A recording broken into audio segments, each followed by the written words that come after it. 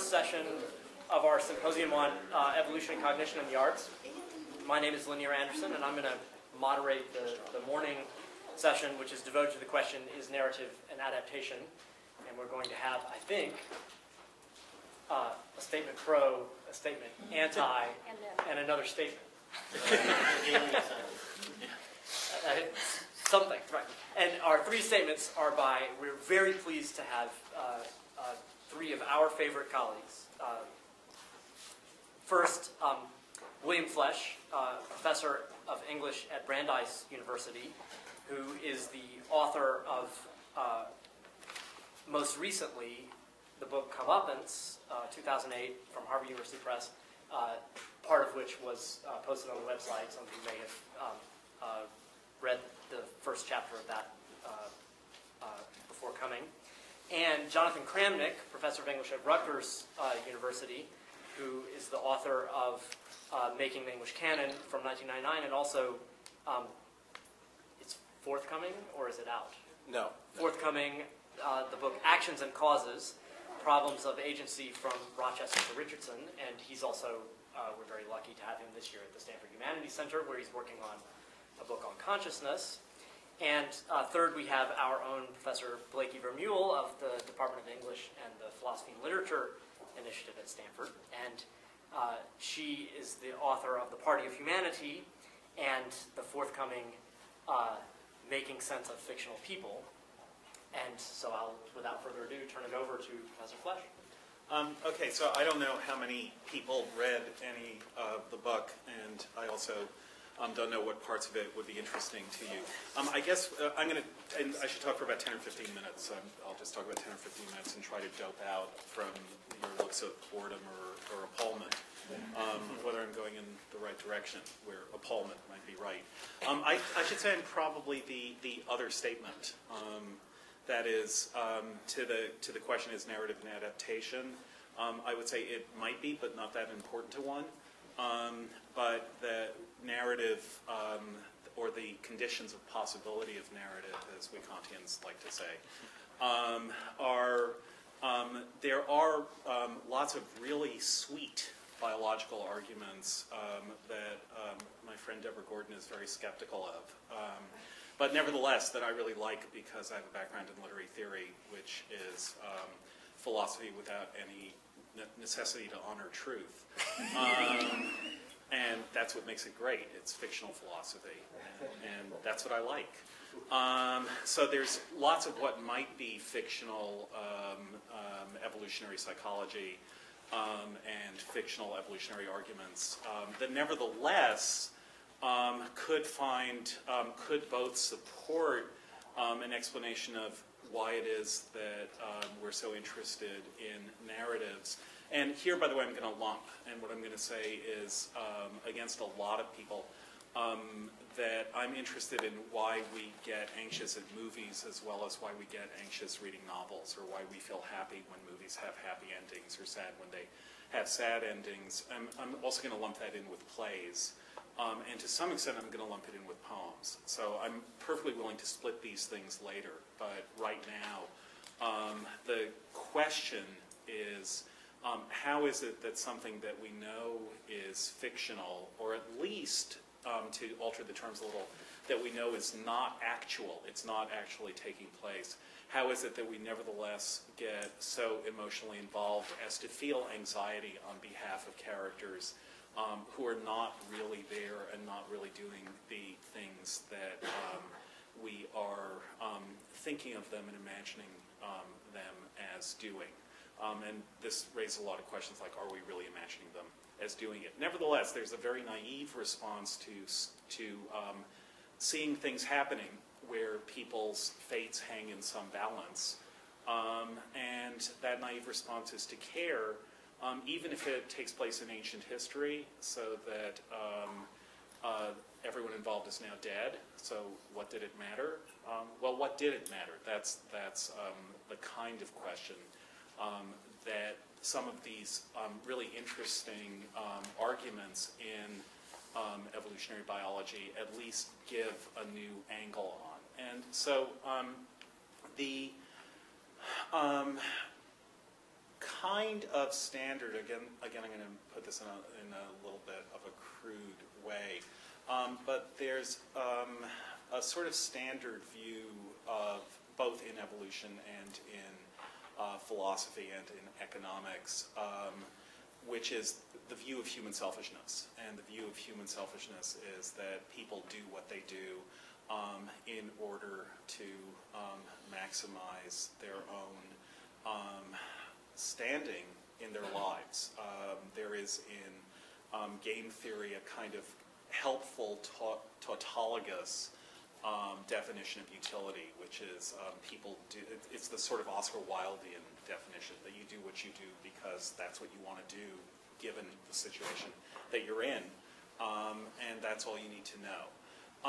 That view leads in some accounts, for example, of revenge, and therefore in revenge drama, like in William Kerrigan's book on revenge tragedy, to a sort of Nietzschean view that revenge is an aspect of will to power, and that will to power is a basic human drive, and that what people want is power, and that you can see this as cognate with what Darwin was arguing. It's not what Darwin said, but it's certainly doesn't seem in any major way to contradict what Darwin says. And it's also something that then comes up, mutatis mutandis. I didn't mean this as a pun, but now I note it. In selfish gene views of how evolution works, that is, the Dawkins view that humans or organisms are genes' ways of reproducing, and we're just sort of along for the ride. And against that view is something that, strangely enough, you could think of as an intersection between Augustine and Hume. Augustine, when he wonders why he stole the pear, spends a lot of time thinking about the fact that there was no use to him in stealing the pear. Is this familiar to people, the pear stealing scene in Book 2 of the Confessions? So very, very briefly, because it's obviously densely elusive, but Augustine and some friends of his, when they're young and rowdy, decide that they're going to steal some pears which are not in any way attractive to them. They actually have access to better pears, and they steal the pears and throw them to the pigs. And Augustine does eat one just to give himself a reason for stealing the pear, but it's not the reason. And so he takes a very grim lesson from this, which is that he did evil simply for the sake of doing evil. Hume, in the Enquiry on Human Nature, talks about various things that seem antisocial, like vanity and ambition and the desire for revenge, and makes a wonderful Humean argument that those things are actually pro-social. That the only reason that you would feel those things and that you would act because of those things is if you really cared what other people thought about you beyond maximizing your own utility. That the very idea of vanity, for example, is something which speaks to a genuine and irreducible interest in other people. It takes a selfish turn, we are very tempted to say, but the selfishness is kind of an overlay on a more basic and fundamental and irreducible unselfishness. So the argument that I'm trying to make, and have been trying to make for a really long time, but only actually managed to make in a publishable form when I started reading some interesting stuff on costly signaling and what's called altruistic punishment, is that vicarious experience is irreducible. I know that some of you, I just heard that some of you have read Dick Moran's critique of Kendall Walton's Mimesis Make-Believe. If I can summarize that critique in a single sentence, it's that Moran is basically saying that Walton's attention to the self-experience of someone interested in mimesis. That is, that you pretend, when you see something fictional, you pretend that you are there seeing it.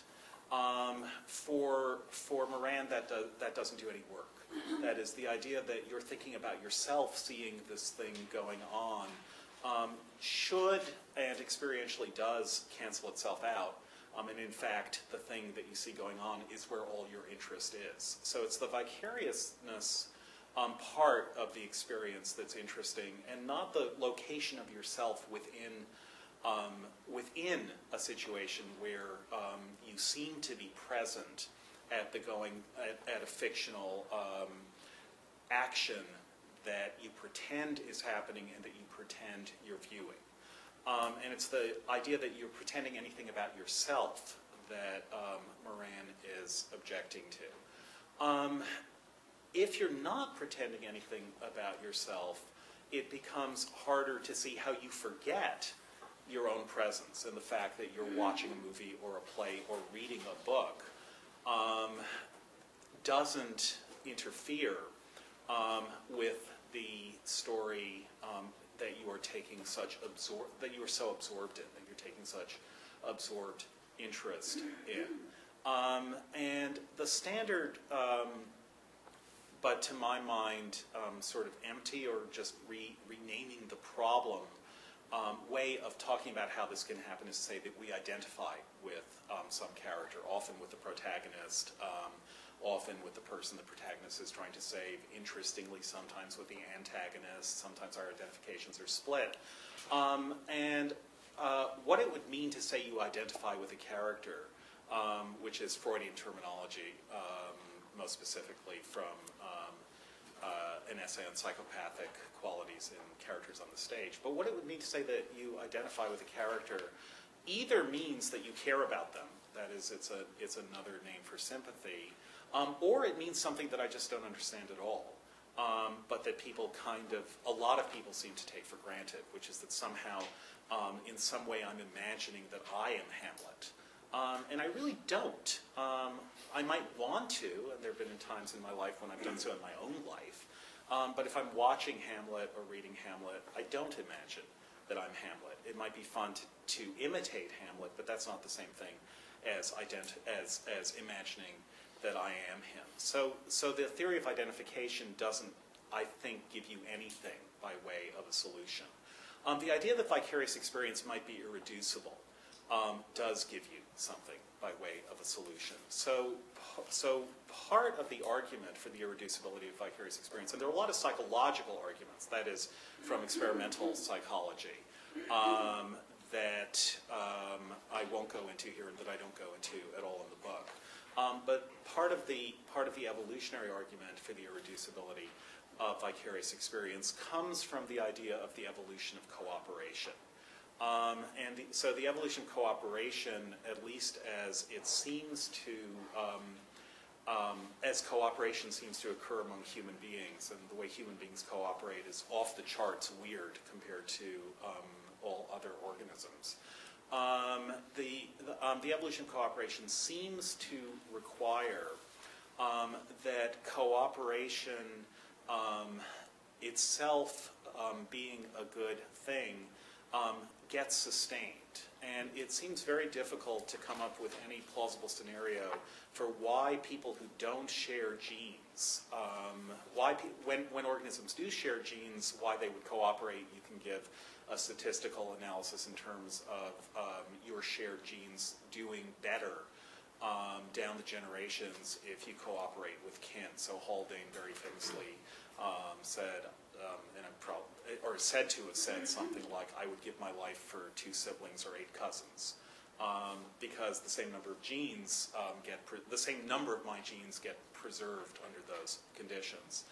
Why people would give their lives or do risky things for other people with whom they don't particularly share genes, that there's no particular advantage to doing that, has been a puzzle in evolutionary biology, and in particular in evolutionary game theory, that's received a lot of solutions, one of which is Trivers' idea of it being a plus-sum game, a positive-sum game, if there's tit-for-tat reciprocation. This is called reciprocal altruism.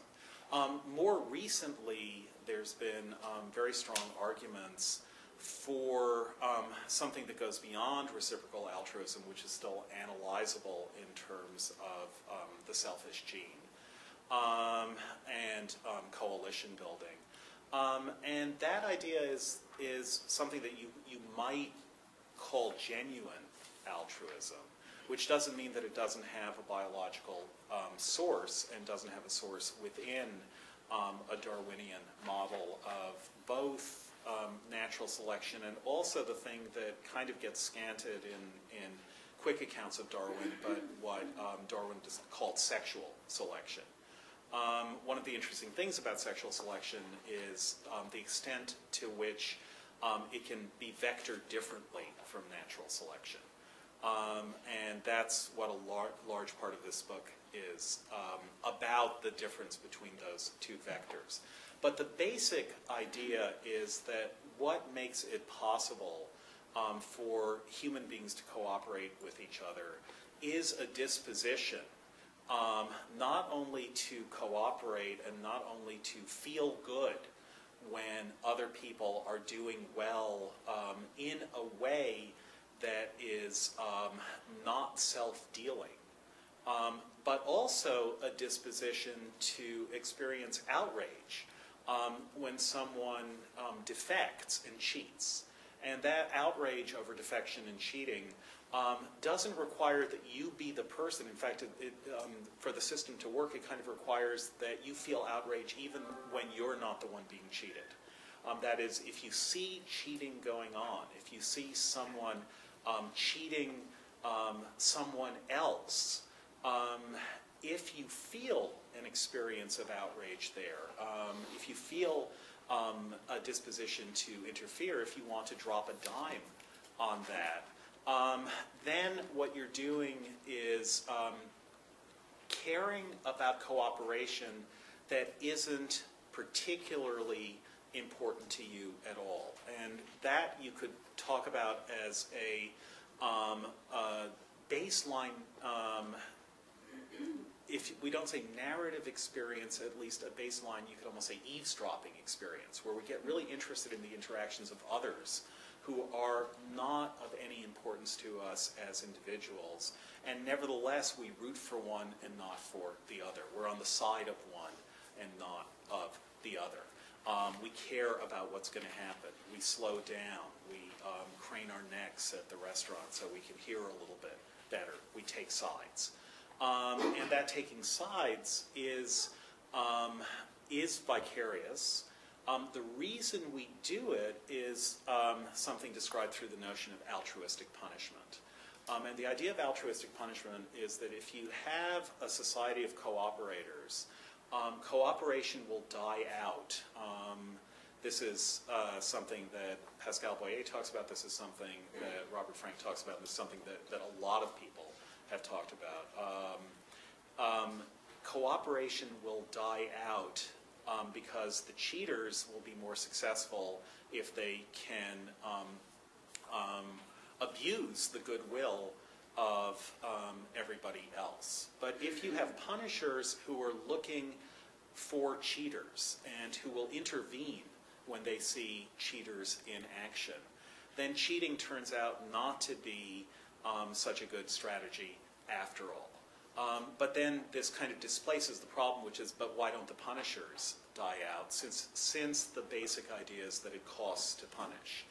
That is, if you spend your time intervening in fights, or if you spend your time saying you shouldn't be doing that, you put yourself at risk.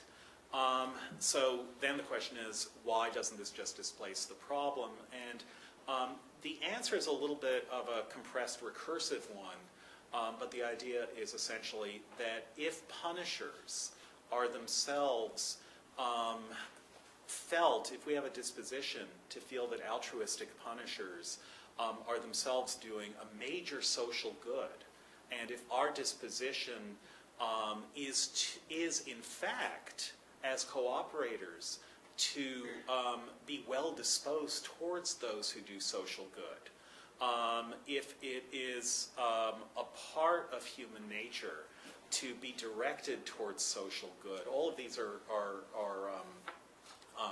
interestingly not quite non-neutral or not quite neutral categories. But if it's our disposition to support social good, that can become a self-sustaining system if we feel well disposed towards punishers who are punishing those who go against social goods.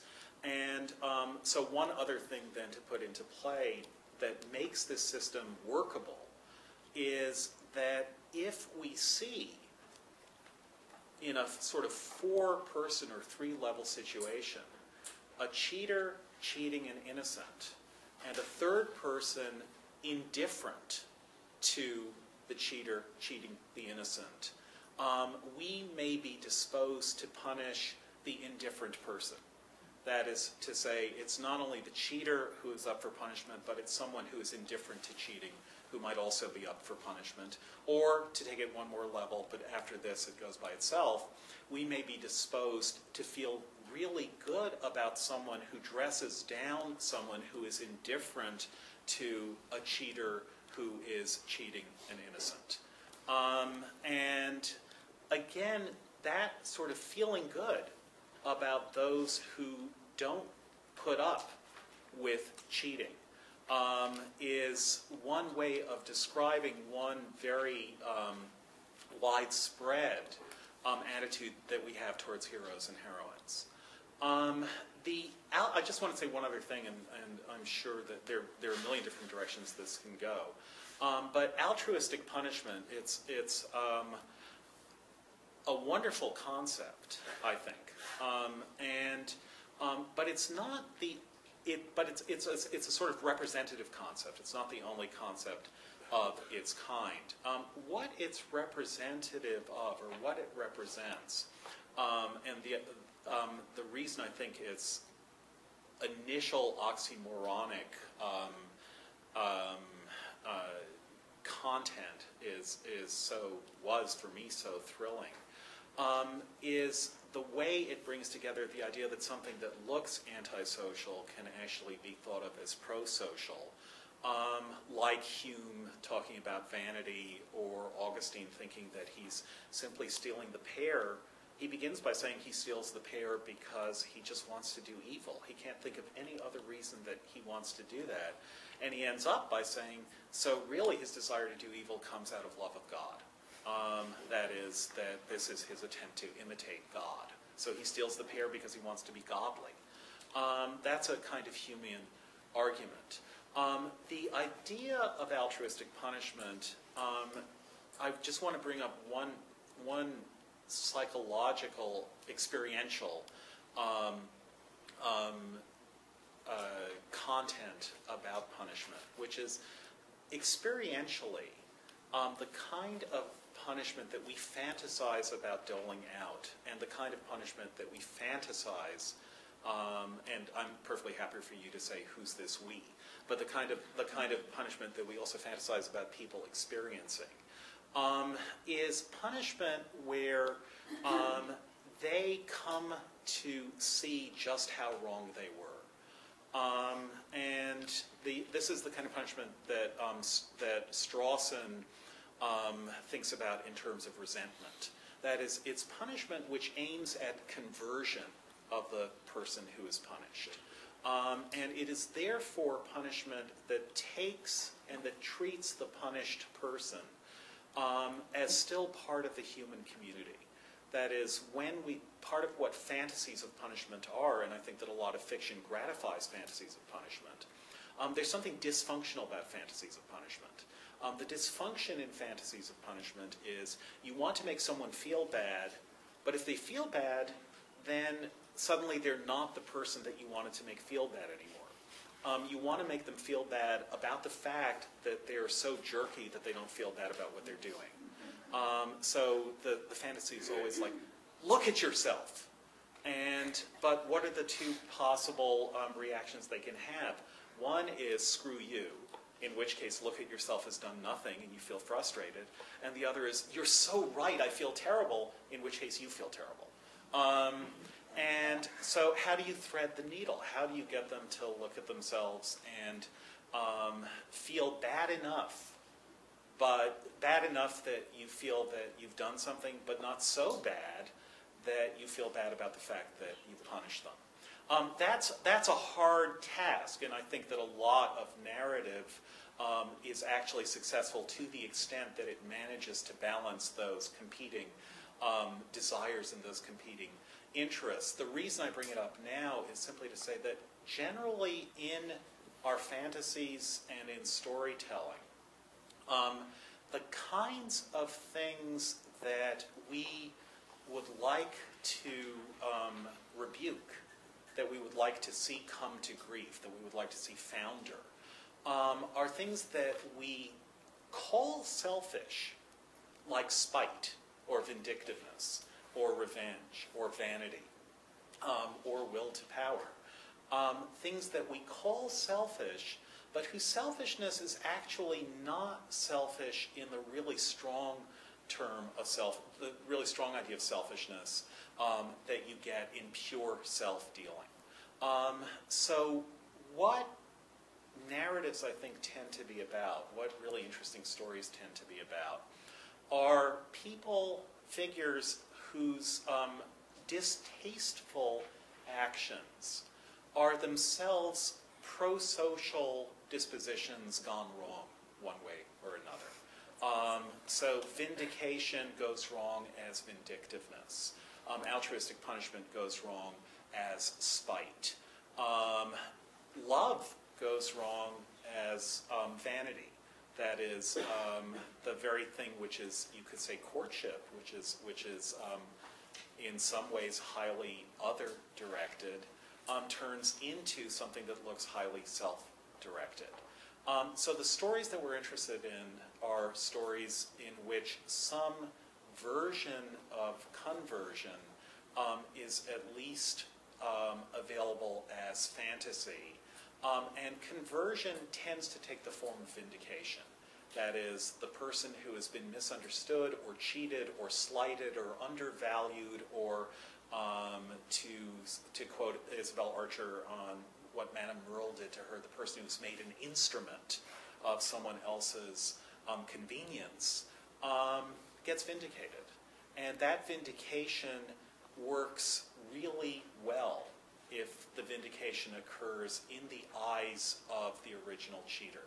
That is, it's not simply that the person gets vindicated, but the person who is undervalued, the vindicated person, now acknowledges that undervaluation.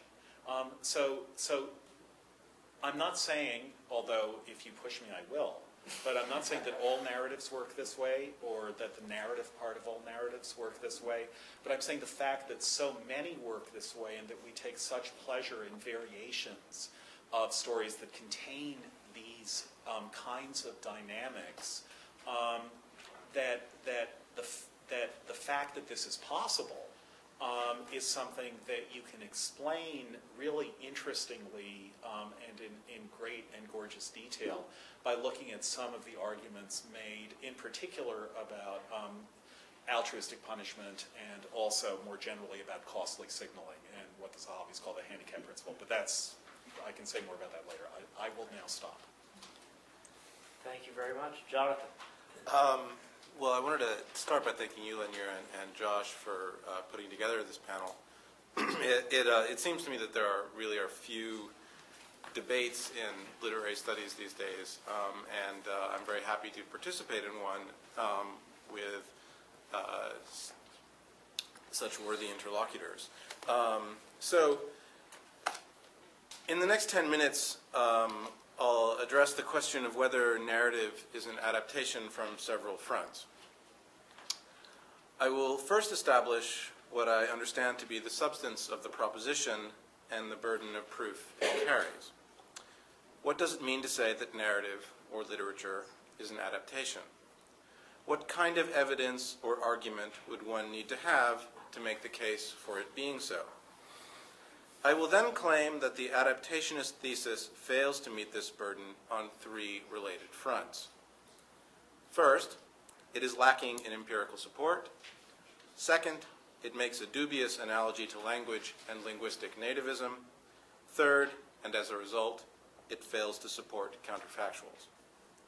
I will argue that the case for the adaptationist program in literary studies is therefore unpersuasive, at least at this point in our knowledge of the mind. I will conclude with some thoughts about why this might be so. What does it mean to say that narrative is an adaptation? In broad terms, it means that a facility with and interest in narrative, in stories, evolved under selection pressure during the long prehistory of our species. In the words of Dennis Dutton, quote, "A thoroughgoing literary Darwinism makes a specific demand.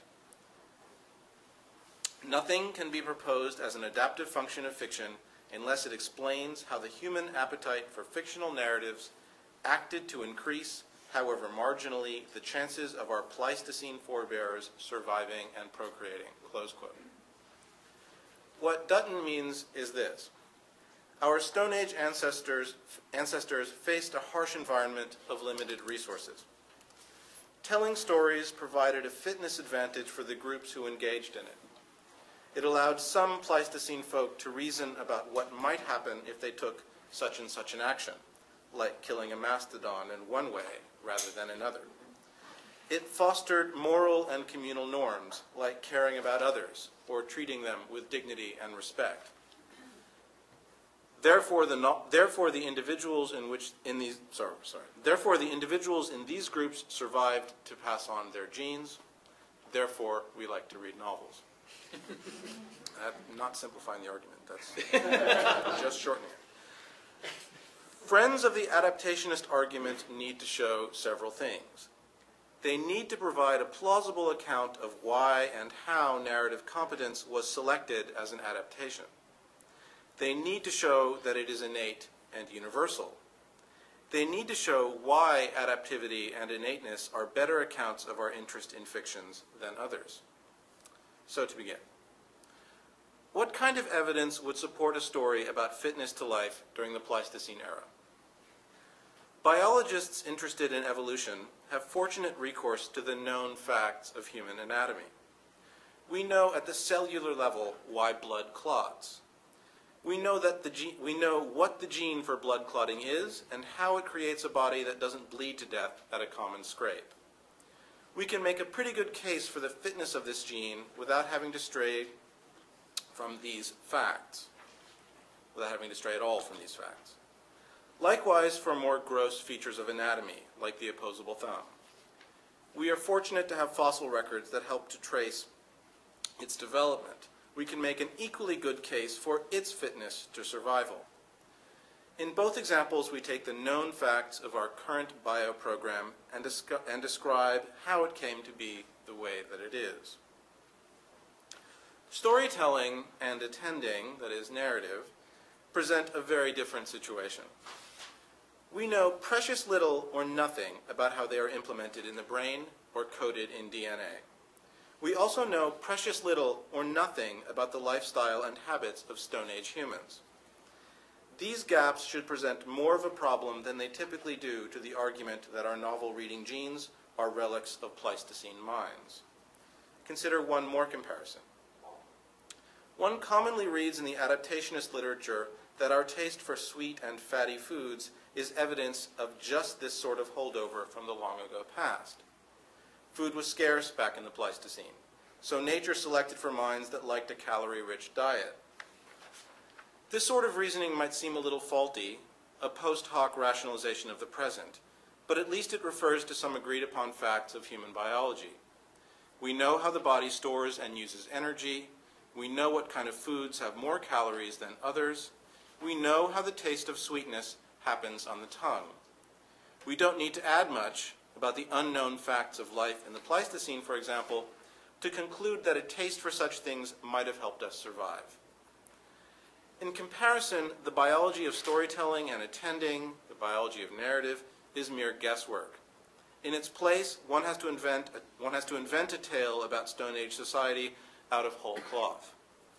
The much maligned recourse to just so stories, in other words, is a necessarily occurring flaw. Fables of the Pleistocene rush in where biology fears to tread. I was wondering whether or not to do that, but I kept it in anyway. A little bit of Alexander Pope.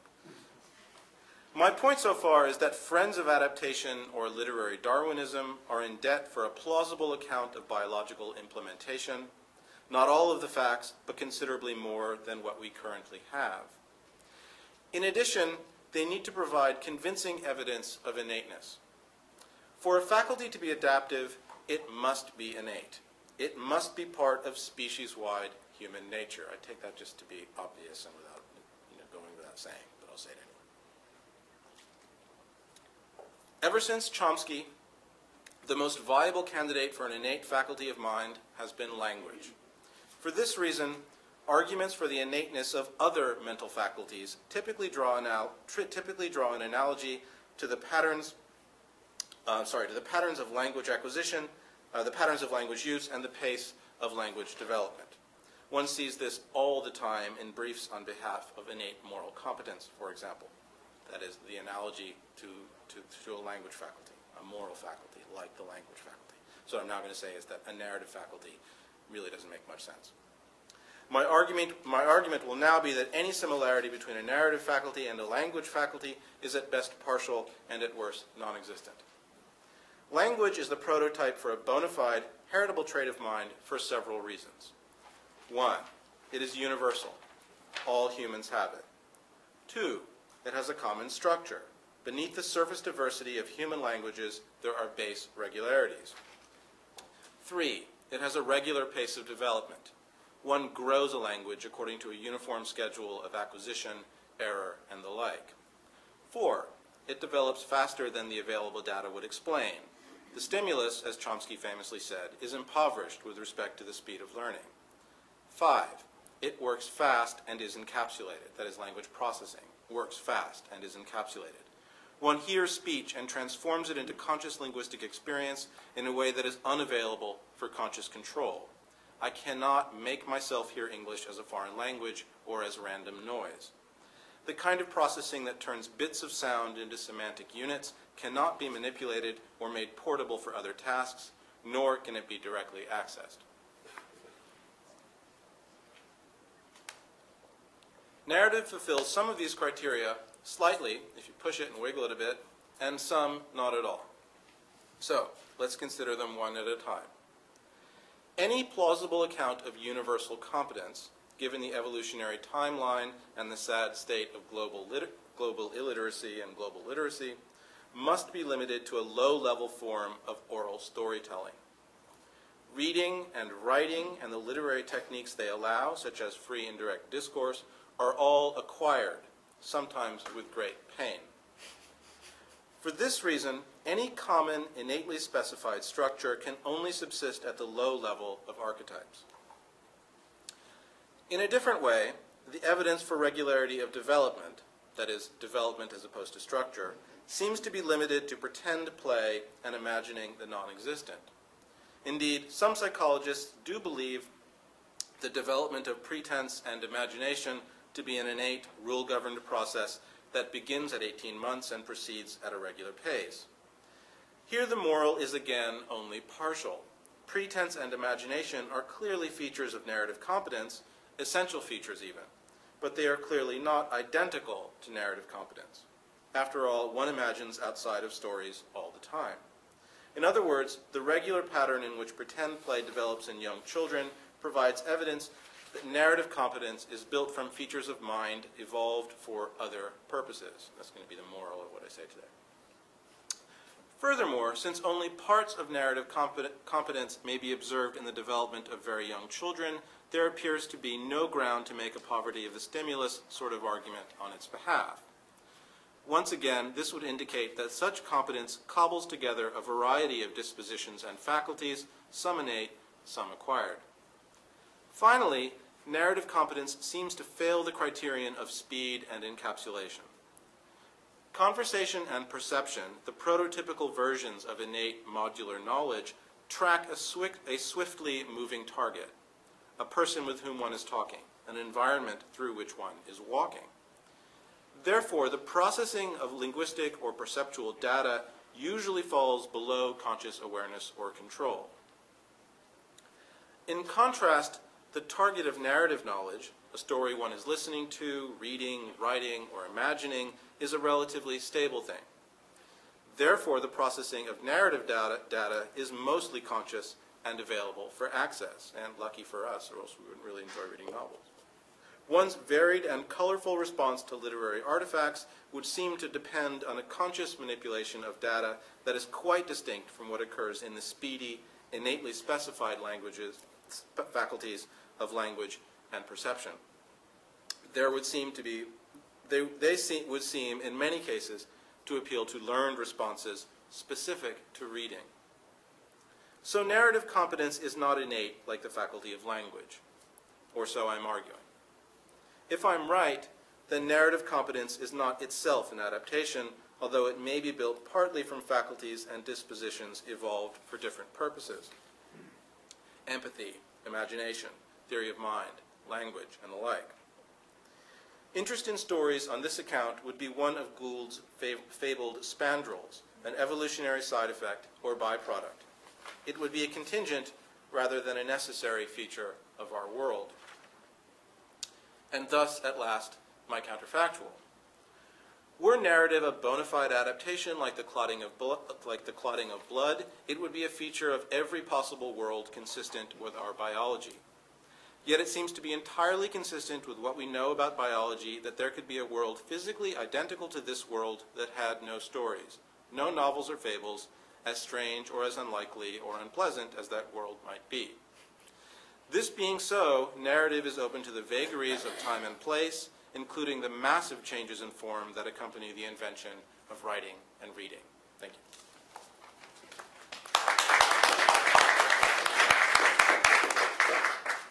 Thank you. Blakey? Okay, so I'm basically agree with both of them, except for the last point about spandrels. So because I agree with both of them, I'm going to tack about as gracefully as a yawl with a broken jib. But that's okay. So one of the goals of good literary criticism, it seems to me, is that it should show you something not only about the phenomenon under discussion, but also about yourself. Unfortunately, this book has succeeded brilliantly at that. So Flesch, Billy, as he told you, argues that narrative is crucial for monitoring cooperation. Humans are almost unique in the depth and spread of our capacity to cooperate with each other. Most other species behave, as Lanier pointed out to me, much more like rational actors of classic economic theory, and they defect at will. So cooperation imposes enormous psychological costs on all of us, and because of this, the temptation to defect is enormous.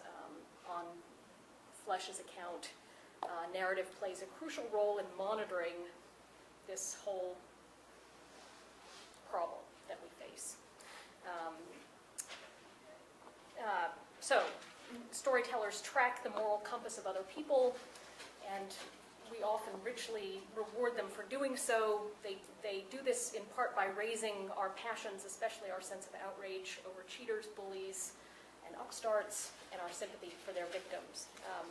So I knew just from being sort of marginally sentient that cooperation, an almost painfully unique evolutionary development in the human lineage, is both a source of glory and angst.